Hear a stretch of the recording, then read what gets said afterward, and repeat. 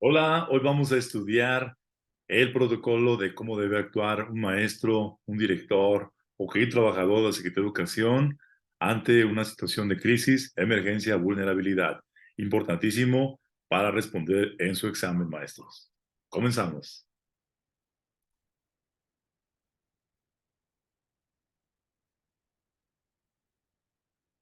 Ok, el material que vamos a utilizar el día de hoy es un material muy bueno, elaborado por el gobierno del estado de Jalisco, que se llama Seguridad Total en la Escuela. Es una guía de intervención. Cada situaciones, les decía, de emergencia, crisis y vulnerabilidad.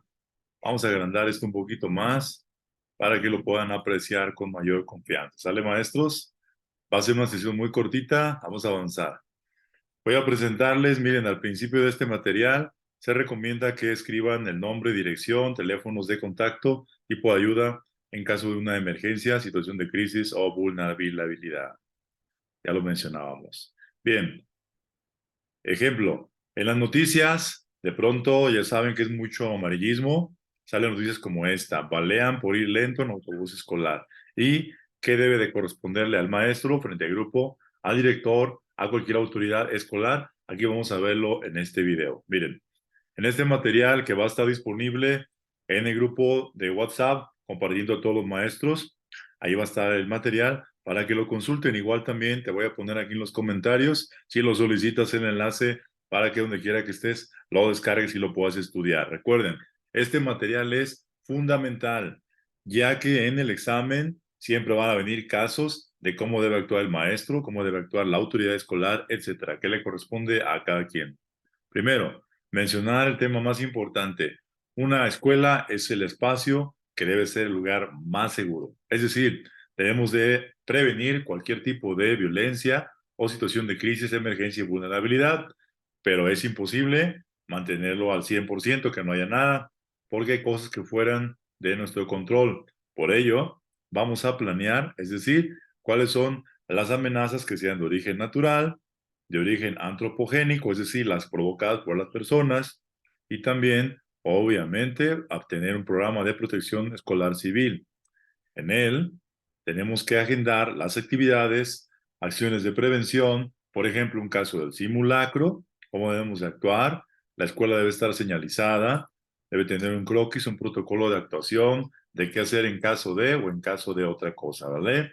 Por ello, los maestros debemos estar capacitados, debemos hacer constantes simulacros, debemos de tener un plan de emergencia, debemos de evaluar los daños y también cómo retornar a la normalidad. Es decir, después de la crisis, ¿cómo vamos a volver a la normalidad? Recordamos el ejemplo de la pandemia, ¿verdad? ¿Qué hicimos en la pandemia? ¿Qué se hizo después a fin de prevenir estas situaciones que ya todos conocemos?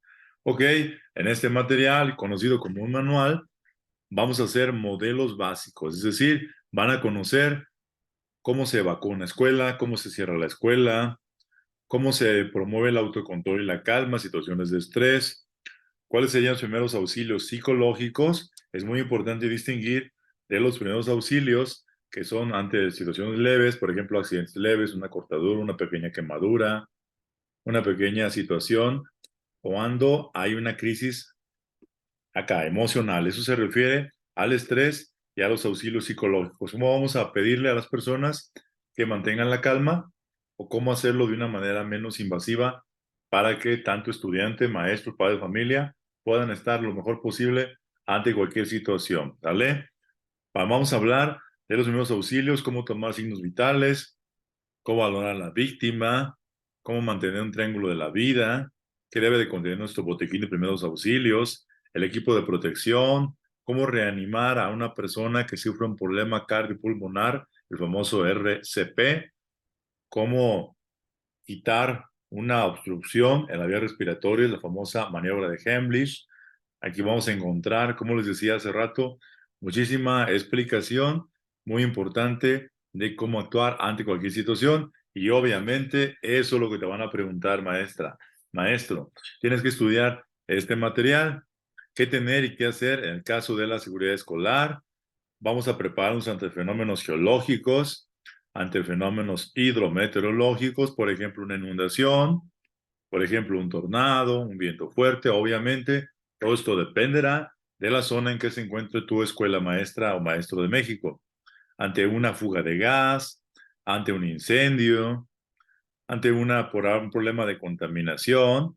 También vienen los protocolos del COVID ante una persona que se detecta positivo, de pronto, de pronto una plaga de abejas o avispas, etcétera, etcétera. Y más importante, en el caso de maestros, maestras de México, en tu examen, cómo prepararte y cómo estar listo y lista ante fenómenos socio-organizativos, que son aquellos que son los más comunes, ¿sí? Que pueden suceder en una escuela. Por ejemplo, un bloqueo de vías de comunicación. Hay lugares en donde es muy constante, situaciones de violencia en las escuelas, un plantón, vandalismo en la instalación escolar. ¿Qué escuela no ha sufrido algún daño vandálico, verdad? Ya estamos expuestos ante una situación de máxima alerta, ya que la mayoría de las escuelas mexicanas han sido vandalizadas.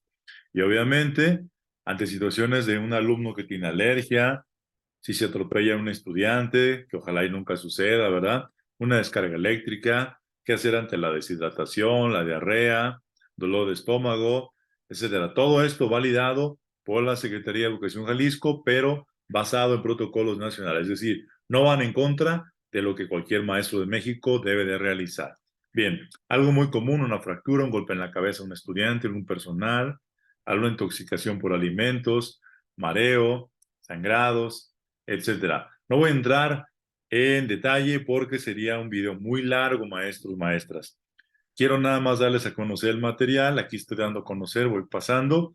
Y cualquier situación, si te gustaría que hagamos específicamente de algún acontecimiento, por ejemplo, qué hacer ante una situación de acoso sexual, posesión de tabaco, alcohol o otra droga en la escuela, recuérdalo, que lo van a preguntar en tus exámenes. ¿Cuál será la mejor opción para que un maestro actúe ante una situación de crisis, emergencia y vulnerabilidad? ¿Sale? Bueno, pues con esto, rumores, esto nos acaba de pasar aquí en la escuela recientemente para actuar correctamente y no tengamos un problema que sea grave, ¿sale?